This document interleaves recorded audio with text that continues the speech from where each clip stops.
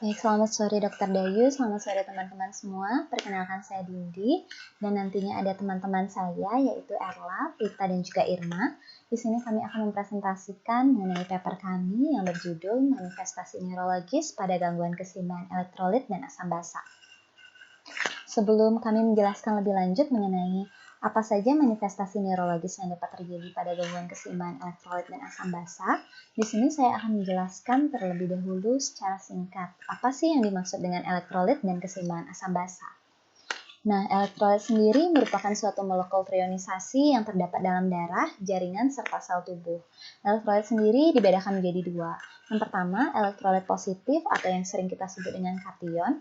Contohnya magnesium, natrium, kemudian ada kalium dan juga kalsium. Kemudian ada juga elektrolit negatif yang sering kita sebut dengan anion. Contohnya klorida, bikarbonat, dan juga fosfat. Untuk fungsinya sendiri ada 3. Yang pertama adalah menghantarkan arus listrik, di mana nanti akan mengaktifkan neuromuskular melalui suatu aktivasi elektrolit cairan ekstraseluler dan intraseluler. Kedua adalah mempertahankan pH dan kadar asam basa dalam tubuh. Kemudian yang ketiga adalah memfasilitasi pergerakan cairan antar sel, yang ini untuk menjaga keseimbangan cairan dalam tubuh. Itu melalui suatu proses yang kita sebut dengan osmosis. Nah, keseimbangan elektrolit dalam tubuh sendiri diatur sedemikian rupa agar keseimbangan fungsi organ vital dapat dipertahankan. Keseimbangan elektrolit dalam tubuh ini diatur oleh berbagai macam hormon, contohnya antidiuretik hormon, kemudian ada aldosteron, dan juga ada paratiroid hormon. Apabila terjadi gangguan yang besar dalam keseimbangan elektrolit, contohnya terlalu tinggi atau terlalu rendah kadarnya di dalam tubuh, dapat menyebabkan gangguan pada kardiovaskular dan juga neuromuskular.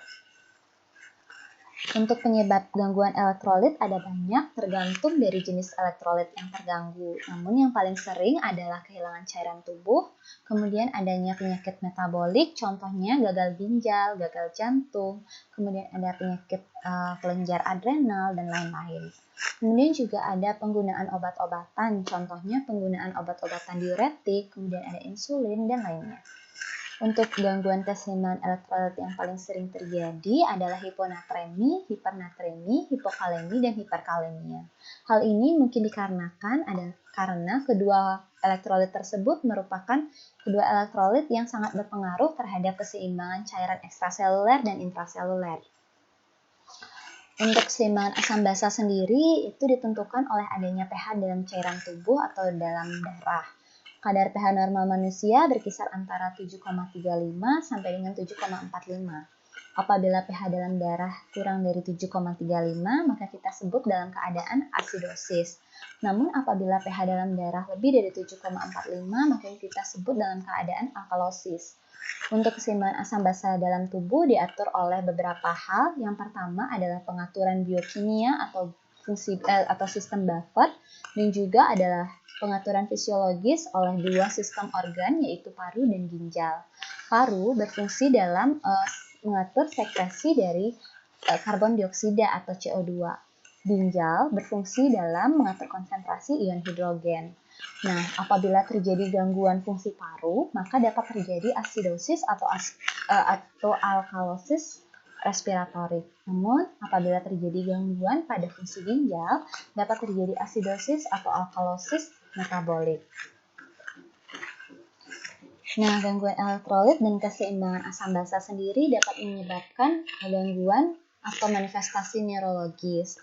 Ini adalah salah satu tabel yang diambil dari jurnal yang ditulis oleh SP yang menunjukkan bahwa adanya manifestasi neurologis dari gangguan elektrolit dan asam basa di mana bisa menyebabkan kelemahan otot, kemudian bisa menyebabkan tremor, kemudian kejang otot, ada juga ensefalopati, dan juga ada koma, di mana nantinya akan dijelaskan secara lebih mendetail oleh teman-teman saya.